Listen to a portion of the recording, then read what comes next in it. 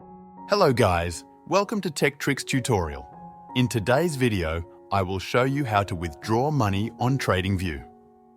First, let's clarify that Tradingview is not a trading platform or broker where you can deposit or withdraw funds. It's mainly a tool for analyzing stocks, crypto, forex, and other markets.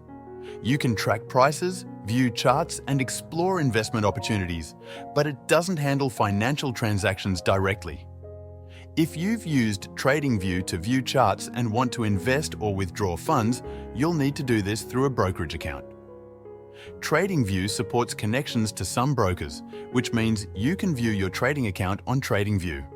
However, to withdraw money, you need to go directly to the broker's platform. Here's what to do. 1. First, open your Tradingview app or website and sign into your account if you haven't already. 2. Once logged in, you'll see your main dashboard, which includes your watch list, chart views, and other options.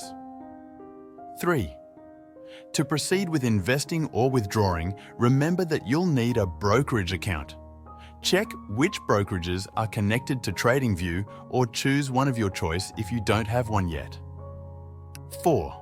Open your broker's app or website, log in, and follow the instructions for withdrawing funds from that account.